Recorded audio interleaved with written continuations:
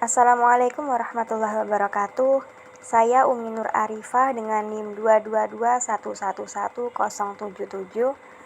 akan mempresentasikan tentang Maqasid al-Syariah menurut Yasser Auda. Baik, kali ini saya akan menjelaskan tentang biografi Yasser Auda. Yasser Auda lahir di Kairo, Mesir pada tahun 1966. Nah, berikut saya akan memaparkan terkait dengan riwayat pendidikan Yasser Auda. Pada tahun 1983 hingga 1992, masa muda Yasser Auda digunakan untuk belajar agama di Masjid Al-Azhar, jurusan Ilmu Komunikasi dari Cairo University. Tahun 1993 meraih gelar Magister Science dari Cairo University. Tahun 1996 meraih gelar Filosofi Doktor bidang Sistem Analisis dari Universitas Waterloo, Kanada. Tahun 1999 meraih gelar Bachelor of Art dari Islamic American University. Pada tahun 2008 meraih gelar Filosofi Doktor di bidang Hukum Islam dari Universitas Waterloo. Selanjutnya, saya akan menjelaskan tentang analisis sistem yang diangkat oleh Yasser Auda. Di sini Yasser Auda memiliki 6 analisis sistem. Yang pertama yakni cognitive nature. Yang dimaksud dengan cognitive nature adalah watak pengetahuan yang membangun sistem hukum Islam. Harus dibedakan antara syariah, fikih, dan syariah sendiri yakni wahyu yang diturunkan kepada Nabi Muhammad SAW. Syariah inilah yang menjadi risalah dan tujuan wahyu yang harus direalisasikan di tengah kehidupan. Di sini, secara sederhana, syariah berarti Al-Quran dan Sunnah Nabi Muhammad. Yang kedua ada fikih, yakni koleksi dalam jumlah besar pendapat hukum yang diberikan oleh ahli hukum Islam dari berbagai mazhab berkenaan dengan aplikasi syariah pada berbagai aplikasi kehidupan nyata sepanjang 14 abad terakhir. Yang ketiga ada fatwa, yakni penerapan syariah dan fikih di tengah realitas kehidupan umat Islam saat ini. Jadi harus bisa membedakan ya antara ketiga istilah tersebut, yakni syariah, fikih, dan fatwa. Analisis sistem kedua yakni ada wholeness.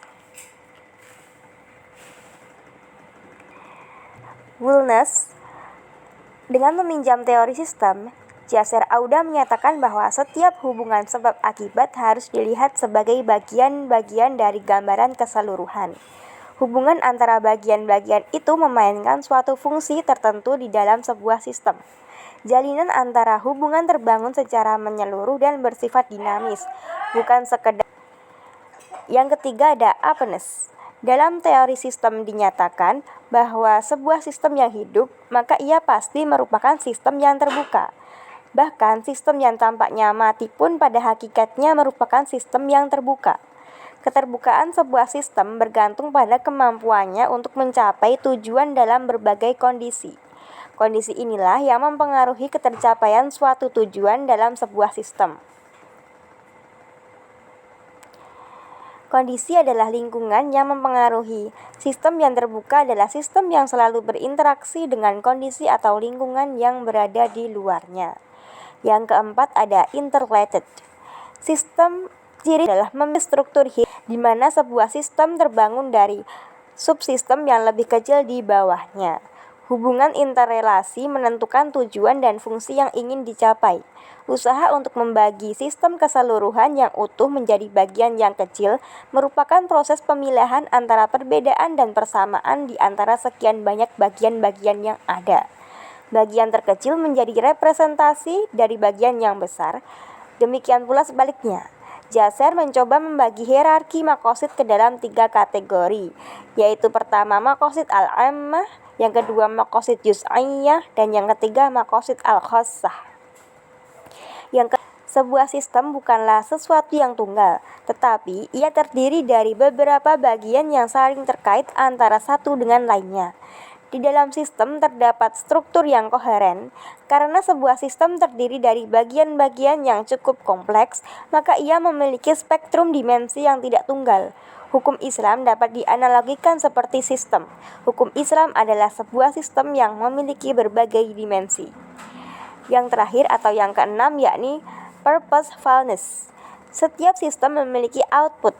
Output inilah yang disebut sebagai tujuan yang dihasilkan dari jaringan sistem itu. Dalam teori sistem, tujuan dibedakan menjadi goal atau tujuan dan purpose atau maksud. Baik, sekarang kita ke pengertian dari kata maqsid atau jamaknya maqasid merujuk pada arti tujuan, sasaran, prinsip, hal yang diminati. Maqasid al-syariah dapat dipahami sebagai tujuan dari seperangkat hukum Islam pada terbentuknya keadilan dan kemaslahatan masyarakat. Selanjutnya adalah klasifikasi. Kajian hukum Islam klasik menyebutkan bahwa maqasid dikelompokkan menjadi 3, yaitu ad-daruriyah, al-hajiyah, dan tahsiniyat. Daruriyat atau tujuan-tujuan primer didefinisikan sebagai tujuan yang harus ada, yang ketiadaannya akan berakibat menghancurkan kehidupan secara total, misalnya untuk menyelamatkan. Yang kedua ada hajiyat atau tujuan-tujuan sekunder. Didefinisikan sebagai sesuatu yang dibutuhkan oleh manusia untuk mempermudah mencapai kepentingan-kepentingan yang termasuk ke dalam kategori daruriyat. Misalnya untuk melaksanakan ibadah sholat sebagai tujuan primer dibutuhkan berbagai fasilitas antara lain bangunan masjid. Jika tidak ada masjid maka terjadi kesulitan dalam melaksanakan ibadah, meskipun ketiadaan masjid tidak sampai menghancurkan ibadah karena ibadah dapat dilakukan di luar masjid. Yang ketiga ada tahsiniyat atau tujuan-tujuan tersier. Didefinisikan sebagai sesuatu yang kehadirannya bukan niscaya maupun dibutuhkan, tetapi bersifat akan memperindah proses perwujudan kepentingan daruriyat dan hajiyat. Sebaliknya, ketidakhadirannya tidak akan menghancurkan maupun mempersulit kehidupan, tetapi mengurangi rasa keindahan dan estetika.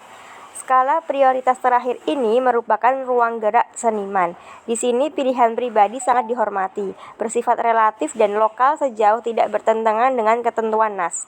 Misalnya masjid yang diperindah dengan memasang kubah model Istanbul, Kairo maupun Jakarta diserahkan kepada rasa estetika dan kemampuan lokal.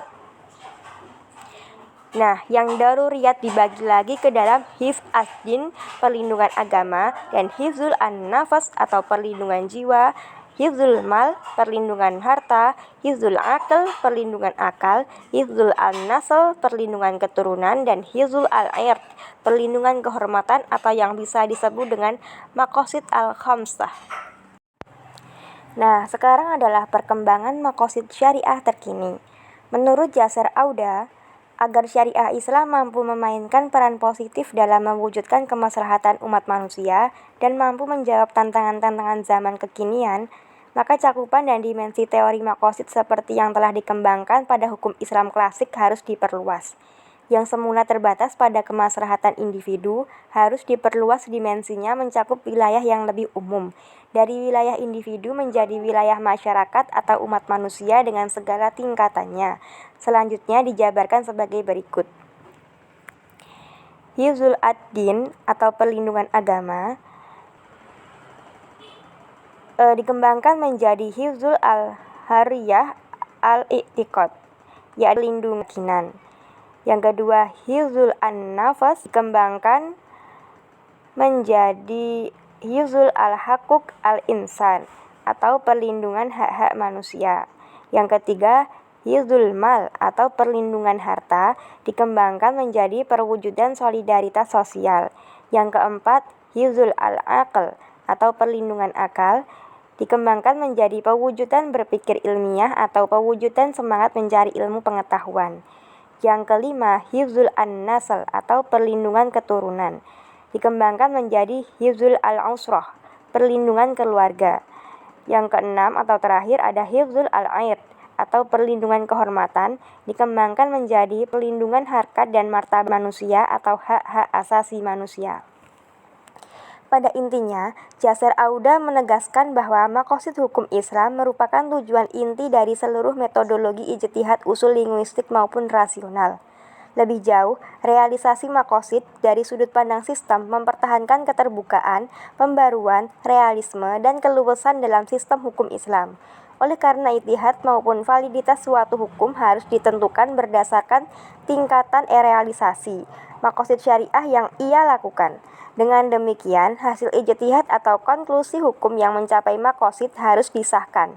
Kesimpulannya, proses ijtihad menjadi secara efektif suatu proses merealisasikan maqasid dalam hukum Islam.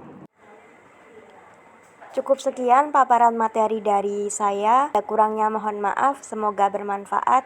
Wassalamualaikum warahmatullahi wabarakatuh.